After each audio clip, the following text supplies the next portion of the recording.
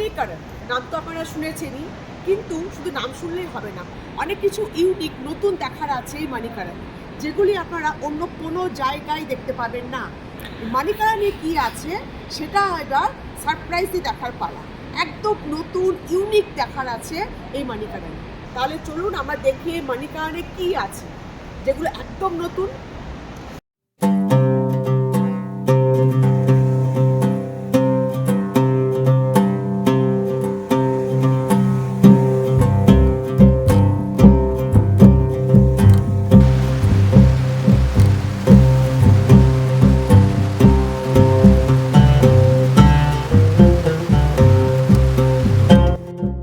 বিখ্যাত পার্বতী নদীর পাশ দিয়ে সুন্দর রাস্তা দিয়ে সুন্দর একটি পাহাড়ি নদী পার্বতী নদী দেখতে দেখতে আমরা চলে এসেছি মানিকারণ।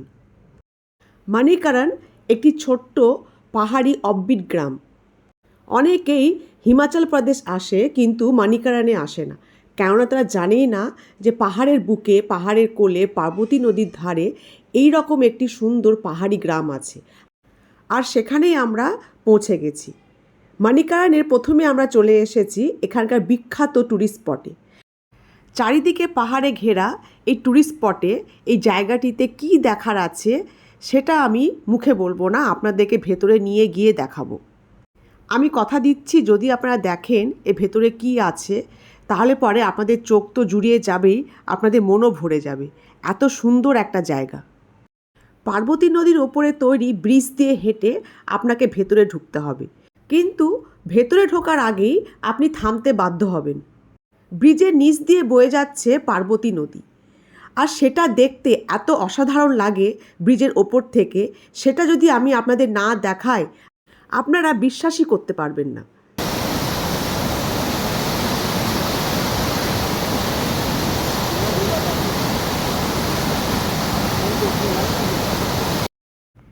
দেখছেন কি অসাধারণ লাগছে নদীটি নিচ দিয়ে, একদম গপ গপ করে জল যাচ্ছে, মানে আপনার চোখ জুড়িয়ে যাবে।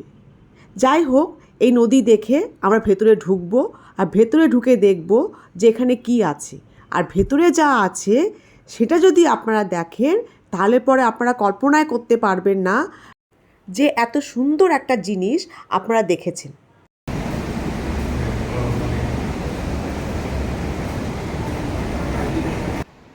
ব্রিজ দিয়ে হেঁটে ভেতরে ঢুকে প্রথমে আপনারা পাবেন একটি গুরুদ্বারা। খুবই বড় আর খুবই সুন্দর একটি গুরুদ্বারা, আর খুবই বিখ্যাত। এই গুরুদ্বারাটাকে অনেকে মানিকারণ সাহিব বলে। মানিকারণের একটি বিশেষ আকর্ষণ, এখানে আছে লঙ্গরের ব্যবস্থাও।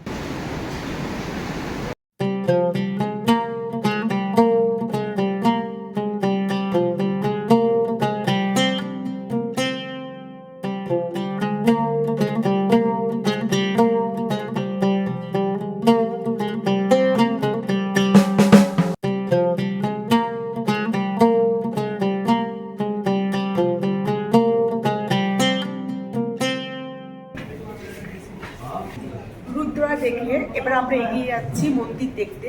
এই ভেতরের সুড়ঙ্গ পথ দিয়ে, কানেক্টেড পথ দিয়ে পৌঁছে যাব মন্দিরে, সেখানেই এখন যাব।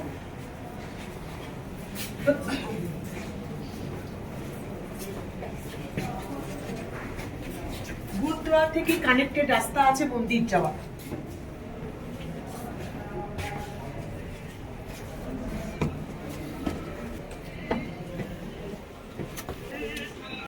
গুরুদ্বারার সঙ্গে কানেক্টেড সুড়ঙ্গ রাস্তা দিয়ে হেঁটে আমরা পৌঁছে গেছি মন্দিরের জায়গায়।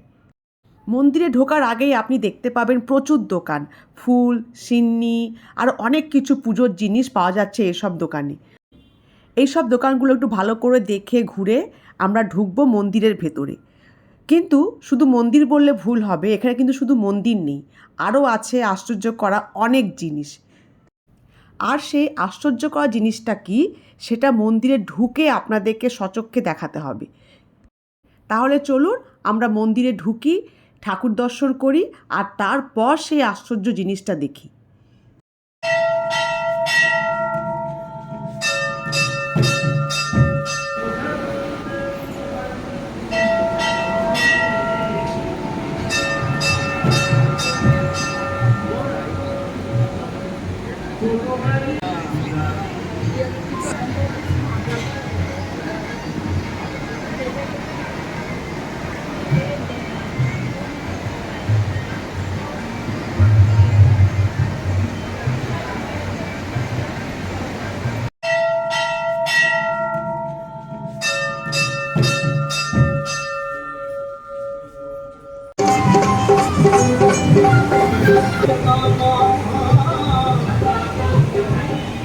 ঠাকুর দর্শন করে নিচে নামতেই দেখলাম এক জায়গায় একদল লোক কৌতূহলবশত কিছু দেখছে।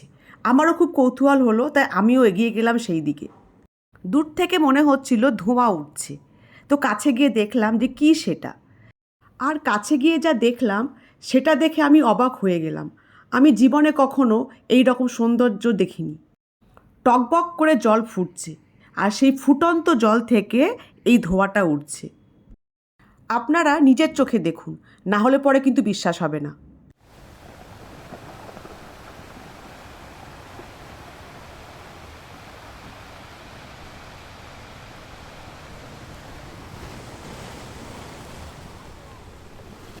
দেখতেই পাচ্ছেন কীরকম টকবক করে জল ফুটছে, আর সেই ফুটন্ত জল থেকে ধোঁয়া উঠছে। শুধু এটাই নয়, আরও সুন্দর জিনিস দেখার আছে।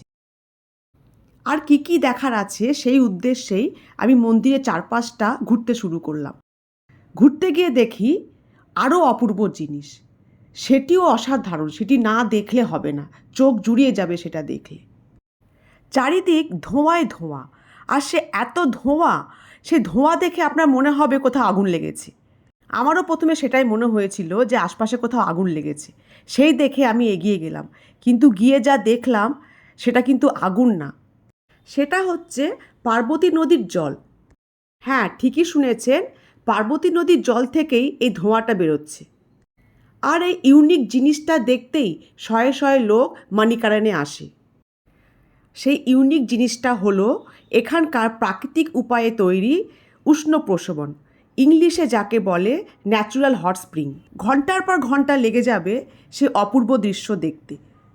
আপনার প্রাণ ভরবেই না, মনে হবে ঘন্টার পর ঘন্টা রেলিং ধরে দাঁড়িয়ে থাকি আর এই ধোঁয়াগুলোকে দেখি।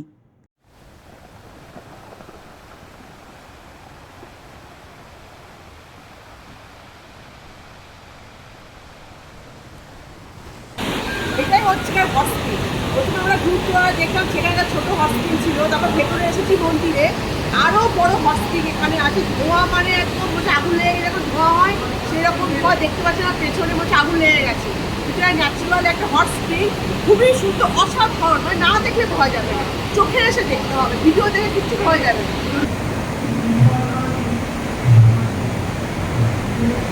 এবার প্রশ্ন হলো, এই মানিকারানে আপনারা কিভাবে আসবেন আর গাড়ি ভাড়াটা কত? এই মানিকারান জায়গাটি মানালি বা কুলু থেকে খুবই কাছে। মানালি থেকে প্রায় 80 কিলোমিটার দূরে, আর কুলু থেকে প্রায় 40 কিলোমিটার দূরে। তার মানে মানালি বা কুলু থেকে আপনি একদিনের ট্যুরে এই মানিকারান ঘুরে যেতে পারেন। মানালি বা কুলু থেকে মানিকারান ঘুরে আবার হোটেলে ফিরে যেতে আপনার গাড়ি ভাড়া নেবে প্রায় 2,500 থেকে 3,000 টাকা। এই একদিনের ট্যুরে শুধুমাত্র মানিকারান নয়, আপনি ঘুরে নিন কাসলও, যেটি মানিকারানের খুব কাছেই অবস্থিত। আর যদি হাতে আরও অনেক সময় থাকে তাহলে পরে কাসল থেকে চলে যান জিভি। জিভি গেলে গাড়ি ভাড়া আপনার 500-700 টাকা বেশি পড়বে। তাহলে মানালি বা কুলু থেকে মানিকারান, কাসল আর তারপর জিভি ঘুরে আপনি আবার হোটেলে ফিরে যান মানালি বা কুলুতে।